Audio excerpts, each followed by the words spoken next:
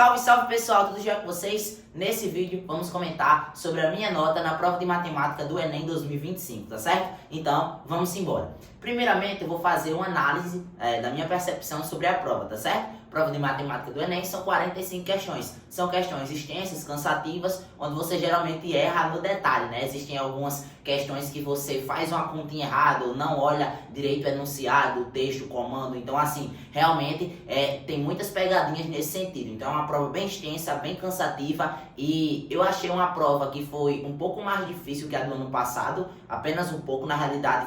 Na realidade, algumas questões um pouco mais difíceis, mas outras um pouco mais fáceis. Mas assim, eu acredito que é o mesmo nível, tá certo? Foi no mesmo nível, tanto a prova de 2024 quanto a prova de 2025. Não houve tanta discrepância, pelo menos na minha visão. Então foram provas com nível bem semelhante, tá certo? O ano passado, 2024, eu acertei 42 questões das 45 e esse ano eu acertei 43 questões das 45 questões. Então assim, foi duas questões que eu não consegui gabaritar e eu vou comentar também quais foram essas duas questões, porque que eu não consegui acertar. Primeira questão desse ano que eu errei foi a questão justamente de logaritmo. A questão de logaritmo eu interpretei de forma errada, eu não visualizei que era por outra análise, né, na hora da prova, sinceramente, e eu achei que pela leitura, né, o enunciado ele estava um pouco confuso, mas nada que fosse tão impossível de se enxergar o que de fato ele queria. Mas eu acabei indo por outra interpretação, né, eu acabei substituindo o valor de N, agora fugiu da mente qual era o valor, mas eu acabei substituindo e manipulando, né, porque eu imaginava que ele queria naquele instante em específico e não no tempo que ficou funcionando a máquina. Então por isso que eu tive esse equívoco de interpretação. Então essa questão eu acabei errando, vacilando mesmo.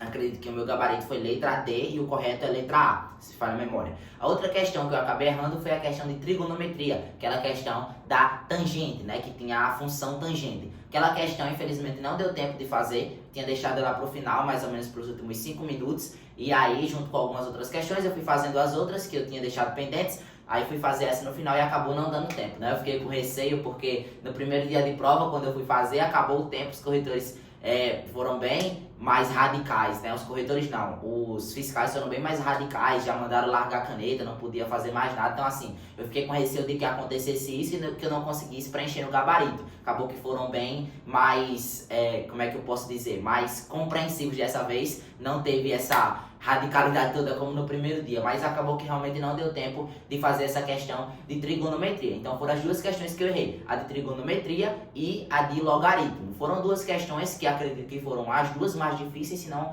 duas das mais difíceis da prova, então acabou que não valeram muitos pontos, né? Tem questões que valem 40, 60, 80 pontos, mas essas realmente valeram poucos pontos, né? A nota máxima do Enem foi 980 e uns quebrados e a minha nota foi 959,3, né? Aproximadamente 960, né? 959,3. Como eu disse, eu acertei todas as questões, com exceção da questão de logaritmo e dessa questão do gráfico de trigonometria, certo? Teve uma questão anulada, né? Mas pro TRI ela não faz muita diferença, né? Como ela foi anulada, ela simplesmente não entra na nota, mas aquela questão eu acertei também, inclusive tem resolução dela aqui no perfil, tá certo? Assim como eu vou fazer resolução de outras questões. Então é isso, esse foi a minha visão sobre a prova do Enem. Foi uma prova mesmo nível da do ano passado, muito cansativa, muitos textos, questões que tentam te fazer errar ali no detalhe, né? Assim, eu sou contra esse tipo de questão, sendo bem sincero, porque eu acredito que não avalia muito bem o nível do aluno, porque às vezes o aluno ele tem um conteúdo, ele sabe manipular, ele sabe interpretar o enunciado, sabe o que o comando está pedindo, mas ele acaba errando muitas vezes numa conta de multiplicação de um número de 3 dígitos por outro de 2 dígitos, no meio da prova, no cansaço, ou então por conta de uma palavrinha no texto. Então assim, eu sou um pouco contra esse estilo de questões, por mim seria diferente, seriam questões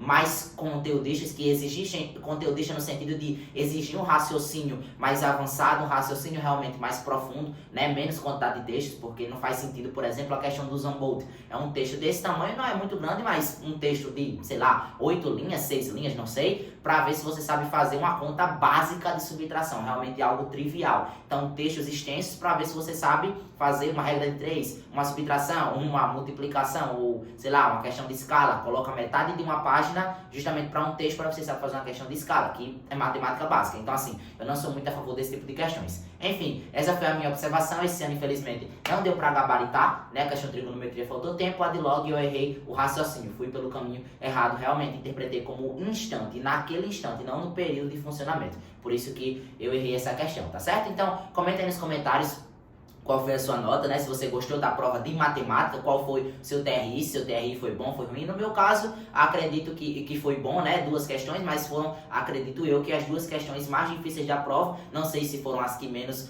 valeram pontos, né? Mas foram essas 2 questões que pra mim tá no top 3. No top 3 sim, não sei se foram as 2 mais difíceis, mas no top 4, top 3 com certeza estão. Então 959,3 com 43 acertos de 45, tá certo? Deixa aqui nos comentários, vamos discutir se você gostou, não gostou, quais as que você acertou, as que você não acertou, se ficou com dúvida alguma, se quer resolução de alguma questão específica, então deixa aqui nos comentários. Tamo junto, pessoal, e valeu!